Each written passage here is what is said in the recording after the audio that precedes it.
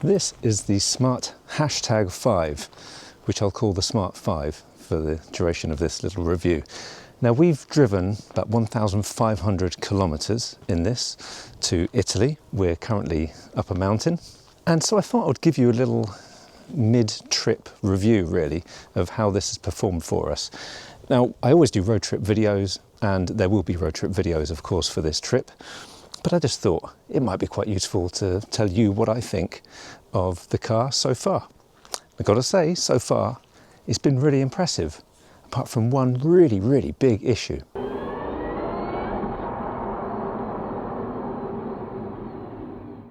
Normally I take ages to edit a video. My plan with this one is to make it as quick and dirty as I possibly can so I can get it out quickly, because I'm on holiday, so really I don't want to be doing too much work. This is absolutely filthy because we haven't cleaned it. It's a very weird looking thing. I mean, it's clearly very distinctive. It's a very, very big car. This is the biggest car that Smart make. Obviously Smart made their name with tiny, tiny cars, and this is of course the complete opposite. But what you get in a car this big is a lot of space, and I'll show you that in a second. You can see all the bugs that we've splattered on the way through France and Italy. But there it is. Now, I'm not convinced I actually like the look of it, but it is imposing.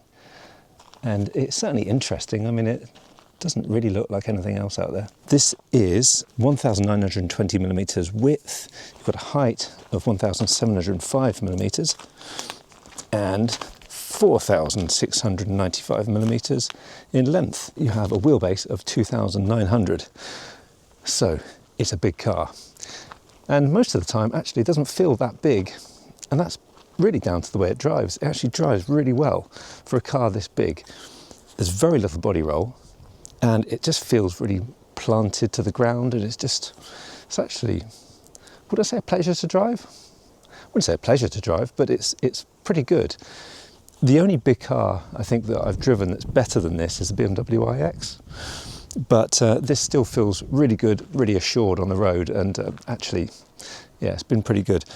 Now, we've been driving up a lot of very, very windy roads to get up here, and then you really do feel the size, certainly the width.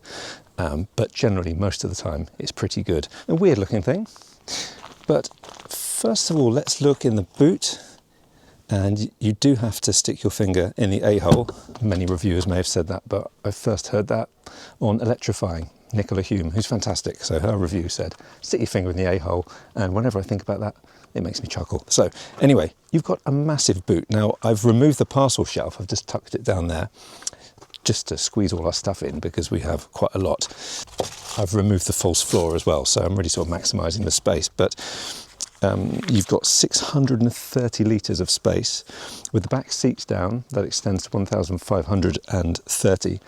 And you also have a frunk, which is great to see, and I'm making use of that because that's where I put the charging cables. It's a really impressive boot. So let's have a little look in the frunk by clicking that. God, it really is disgusting, isn't it? Sorry. So there is the 72 litre frunk with the very cool charging cable there. Now, just to talk about charging quickly, this being the low-end Pro version, it's 400 volts. The Pro Plus and above, that's 800 volts. The 800 volt one gives you 18-minute charging up to 80%. This one is 30 minutes up to 80%. So this will charge at a maximum of 150 kilowatts. And the vast majority of the times we've charged, it has been all the way up to 150. So it's been really good. In fact, the charging has really surprised me. In fact, although the max rate is apparently 150 kilowatts, it's gone above that. Certainly pleasantly surprised by the charging. We've done quite a lot of charging because this is not a very efficient EV. It's got to be said. It is massive, and obviously it's not very aerodynamic. So we've been charging certainly more than we have with the Volkswagen ID.7 when we did the similar sort of journey in that. Oh, he's come to you, not me. He obviously loves you more. So AC charging, this will do 11 kilowatts. The higher trims do 22 kilowatts. What is good about this one though, is it's an LFP battery. LFP is the safer kind of battery chemistry. There's no cobalt. So when people tell you that African kids are mining the minerals in your battery, if you have this one, you can say, no, they're definitely not. In fact, there's more cobalt in your mobile phone than there is in this car. But the higher trim levels, that's an NMC battery, a kind of a standard sort of battery. And the higher one is 100 kilowatt hours. This one is 76 kilowatt hours. So because it is the Pro trim, the low end one, you know, you don't get all the niceties of the higher trim, but as I say, it's surprisingly good still. I think it's a pretty good specification. And it is nice having an LFP battery, I think. This is rear wheel drive, 6.9 seconds. It gets up to 62 miles an hour, 100 kilometers an hour. And that's with a 250 kilowatt motor. You can get 6.5 seconds if you go for the higher trim, and that's all wheel drive with a 267 kilowatt motor. So lots and lots of specs there, and I think I've probably bored myself with it. Range, let's talk range. So the range of this one should be apparently 289 miles, 465 kilometers. Certainly doing the trip that we've done, we don't have that. So with the efficiency that we've got, and I'll show you in a second, we're actually 200 miles range we're getting. But bear in mind, these European roads are pretty fast. So we're doing sort of 80 miles an hour a lot of the time, 130 kilometers an hour. So that's kind of why. But even on a good day, this isn't going to be very efficient, I think. With the larger battery, by the way, you get 367 miles of range, which is 590 kilometers. So let's just have a look at the efficiency then. This is the infotainment screen, and the infotainment screen is really nice and slick. You've got all these little options down here. You do have Android Auto and CarPlay, and it's wireless as well. So that's good, I suppose. So this is the trip that we've done so far, almost 1,500 kilometers. Been driving for almost 20 hours. And there we go, 21.8 kilowatt hours per 100 kilometers, which does work out to about 200 miles range on average. That's not actually too bad in that, I mean, it's not ideal, I suppose, but it's not too bad in that that's hours of driving and then you stop to charge. And almost every time we've charged this, it's been a case of, well, you know, we need to rest and the dog needs to go for a walk. So we can rest and recharge while the car recharges. So it's really not been too big a deal. As I said, there was one big issue with this car that we found so far, which I'll talk to you about soon, but not just yet. You've got a very nice clear binnacle on here. You can get, if I press menu, others, there you go, you can flick through different things on there. You can get full screen navigation on here as well. And yes, this whole screen here is pretty Tesla-like, really. It's also quite nice that you've got pretty clear where to now up here, so you can go straight for that. If you want to do charging stations, click that and it will show you where to charge. There aren't many around here, let me tell you. We've been using the sat-nav in here exclusively the whole time on this journey. And generally it's really, really good, actually, which has surprised me quite a lot, because I normally just go for, you know, Apple Maps or Google Maps or Waze or whatever. But we have been using this because it does tell you what battery percentage you'll have when you get somewhere. And that's lovely to know that. And it's pretty conservative, which means that we have found that generally we reach a destination with more battery than the car thought. And I like that because it gives you some confidence that you're not going to get stranded anywhere. As you can see, the charging stations are all listed here, just pretty slow ones around this particular location. But if you go to the map, if you go up here and if we just say we're going to go to Rome, let's say, then it'll think about it, Rome, Italy. Just a minute. I've got to get my dog. Chocolino, come, come, come. Got there in the end. Hey, bello. Anyway, where were we? Right, yes, sat nav. If you go to routes, what it'll say is it will show you where you're going to run out of battery. And there we go, run out of battery there. So it's recommending this place to charge. So it doesn't automatically add the charge stop, but that's not too bad. It's all right, it kind of works. So if you go to add, then it is going to add a charger there. And most of the time, it seems pretty good. In fact, that's telling me to charge twice, which is fine. If I click that, you see, it tells you. And it tells you what battery percentage you'll have when you get there. It tells you how long you'll be charging for as well. So 1 hour, 28 minutes seems like a lot, doesn't it, actually? Why would you need to charge so much when you're right next to Rome? Interesting. It's also interesting that it says include roads in poor condition. It should say that for the whole of England, to be honest. So anyway, the sat-nav is pretty good. Some issues that we've had with it are it tells you, when you set it to speak all of the alerts and, you know, tell you where you have to go, which is what you want from a sat-nav, it does also tell you stuff that no one cares about, like you are now entering another zone or something like that, you know, another administrative area. You don't need to know about that. And it tells you stuff like that. Every time you approach a tunnel, it says something about smart positioning or something, which I don't know. Anyway, the other thing that when you're driving along is if you do want to just change the charging stop, it's a bit of a faff. You have to go back to this map and then click to change it, or to even see, you know, how occupied it is. And that I don't like very much. It's because if you're driving, you shouldn't be faffing around with that, really. But, you know, other than that, it's worked pretty well, I think.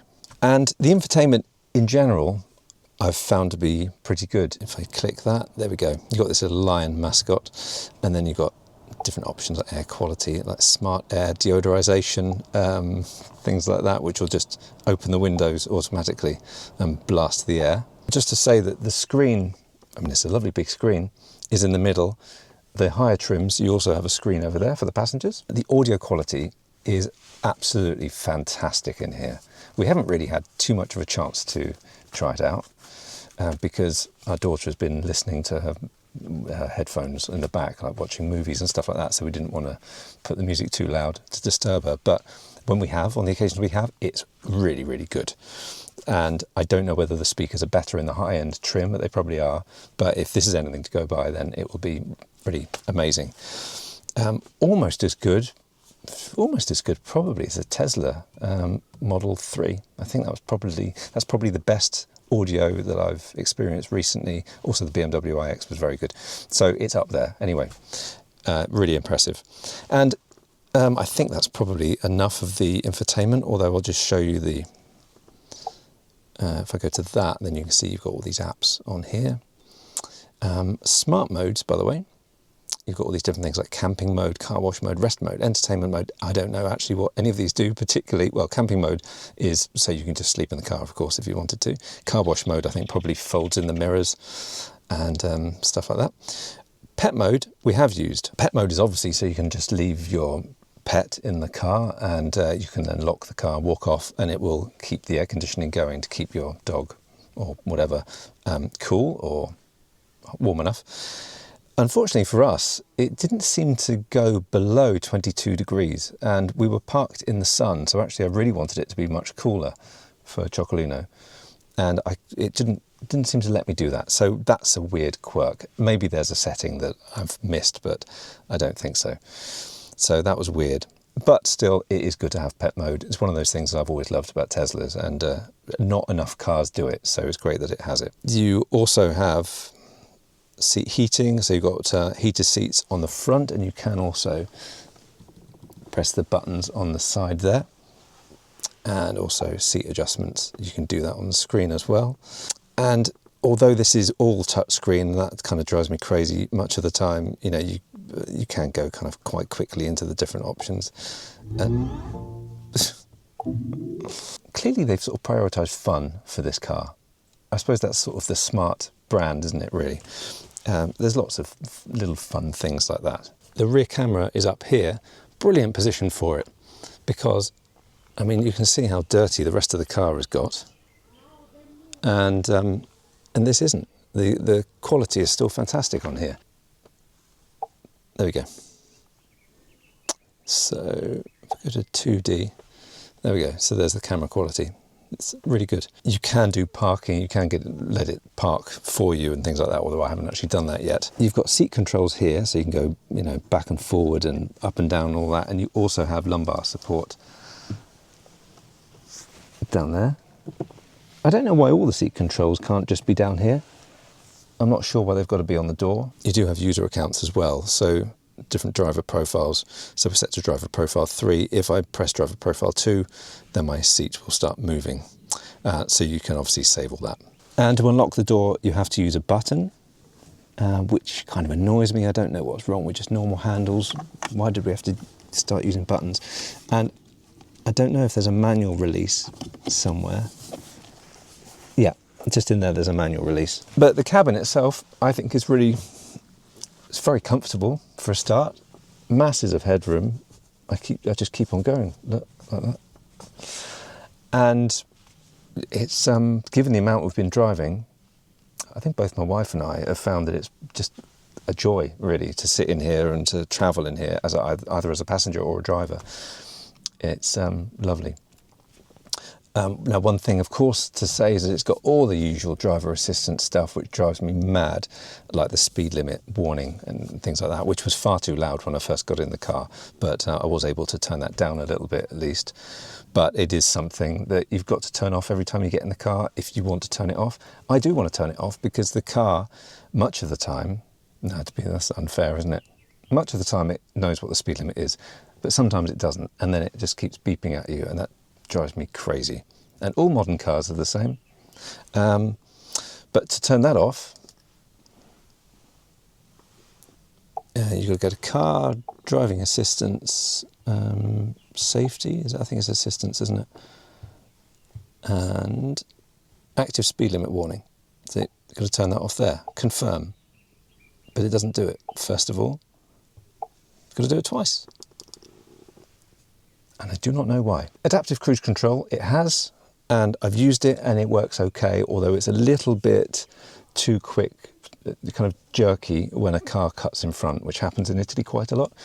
It's just a little bit too jerky on the brake. I think that my Kia e-Niro, for instance, which is still one of the best adaptive cruise controls I've used actually, I feel that just slows down in a little more gentle fashion. But it's still not too bad. These are the vents, which I initially thought were kind of ugly and ridiculous, and you know, maybe they are, but it is a really nice, clicky, good to use vent actually, which surprised me. All the buttons there for changing the headlights and things like that. Something that the whole family loves is the sunroof, and oops, there we go. Because one of the things you might think in a car like this with a dark headliner is it's quite dark. Well, it's not, with that panoramic roof open, which is enormous and beautiful, and it's fantastic. And yeah, we absolutely love that. We love it. So that's that. What else is to say in here? Well, there's loads of storage space as well. So in the center console, you've got this little bit there. You've got 2 USB-Cs down there and the cigarette lighter, or power outlet, whatever they call it these days. You know, loads of storage space there. You've got the wireless phone charger, which also, how wonderful is this? It cools down the phone while it's on there. I love that. If we open this up, you've got a little bit there for your charge card, which is neat. And quite a deep, you can't really see it because we've got so much stuff in there, quite a deep section down here, certainly tall enough to put this big water bottle, and it seems to be cooled as well, which is really neat. There's this little thing that you can turn off and on there. So that is great. Big thumbs up for the way the cabin feels and everything. It's really lovely. And I would just say that everything in here does feel quite premium. So the handles are normally flush and then they pop out like this. I don't mind these too much. I mean, I would rather have normal handles, but it's okay. I do quite like the way the handle feels. It's not one of the annoying kind of push in, stick out kind of handles like you get on Teslas and many others. So here's the back. This is set to my driving position. I'm 180 centimetres, which is about 5'11", and you can see that there's masses of space in here. So here I am, effectively sat behind myself, and I mean there's just so much space, and although I've got a box of something down there, ordinarily I could put my feet underneath the seat in front. There's just so much space. I mean, it's very, very comfortable, really lovely supporting seats. It's lovely. But yeah, look at all that, look at all those fists of space. And it's just glorious in here. Look at that. I love a big old panoramic roof. It just feels wonderfully open in here. Yes, a lot of glass. There's a lot of glass. It's wonderful. And it's great for passengers in the back because you can look straight through. No kind of silly sculpted seats or anything. You can look straight through there, look. Which is really, really good if you've got passengers that get car sick. So that's great. Got a pocket there. A couple of USB-Cs. I'm not sure what that is, just a little pocket for crap. And you can also, I'm sure you can, yep, you can also move the seats in the back. You do have a ski hatch, although I don't think it's going to, oh there we go, it's not going to do anything because there's so much luggage there.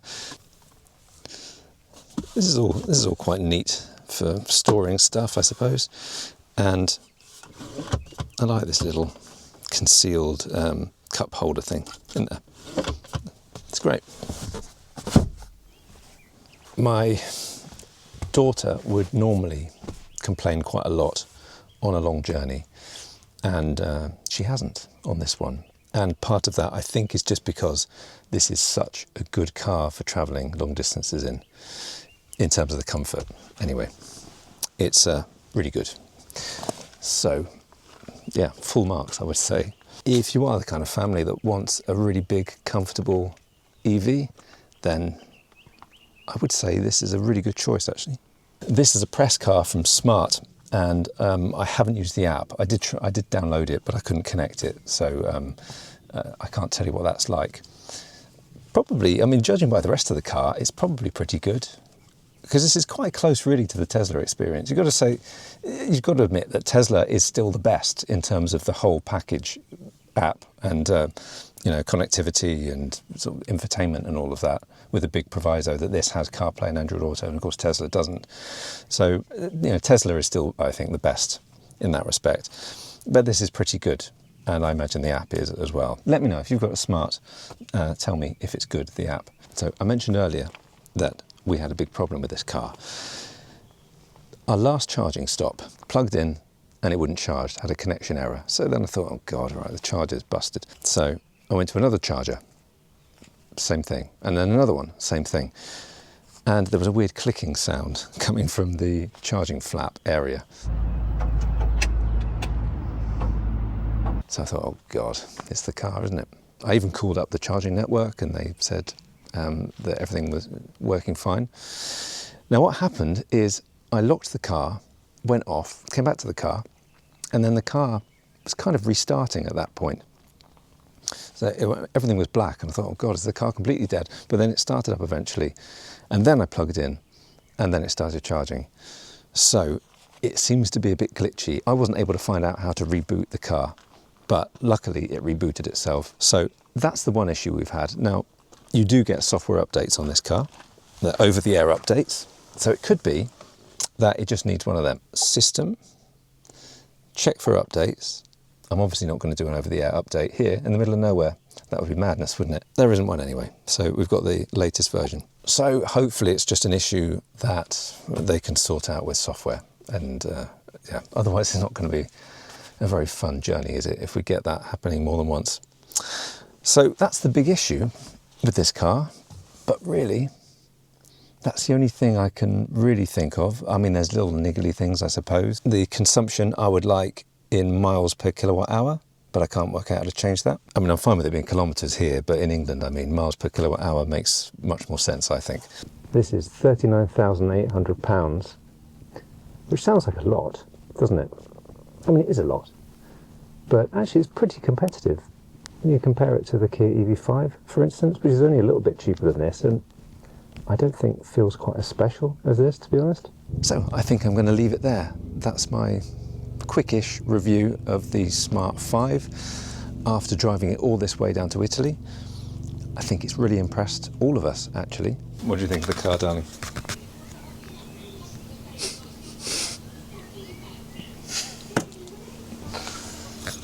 She likes it. Last time we did this journey, or a similar journey to this, it was in the Volkswagen ID.7, which again we liked in terms of the comfort inside, but this I think has the edge in terms of the infotainment. However, I like efficiency, and this is not an efficient car, so you know, the ID.7 probably still wins for me in that respect. But yeah, really in terms of comfort, you know, boot space, just the general space inside, even the charging speed is extremely good. Yeah, I mean, it's really impressed me actually, and I think it's impressed all of us. So let's hope that continues. We haven't finished our trip down yet. We've still got to get down to Rome, and then I'll be driving up on my own with Chocolino the dog. So hopefully that all goes okay and I don't have any more charging issues, because that wouldn't be ideal. Anyway, if there's anything that you would like to know about the car, because I'm sure I've missed out quite a lot, do let me know in the comments. And thank you very much for watching this weird, scrappy video of mine with not much editing. I like to make all these videos as slick as I can, and this I feel is not. But hey, it's a fun little departure for me, I suppose. Thank you very much for watching this video, and do subscribe and press the bell icon to be notified of other videos. And of course there is going to be the whole road trip video, which will talk a little bit about the car, but really it's going to be more interesting than that, because we'll be talking about food in different places that we're visiting. So that's more interesting than any car, surely. So thank you very much, and bye for now.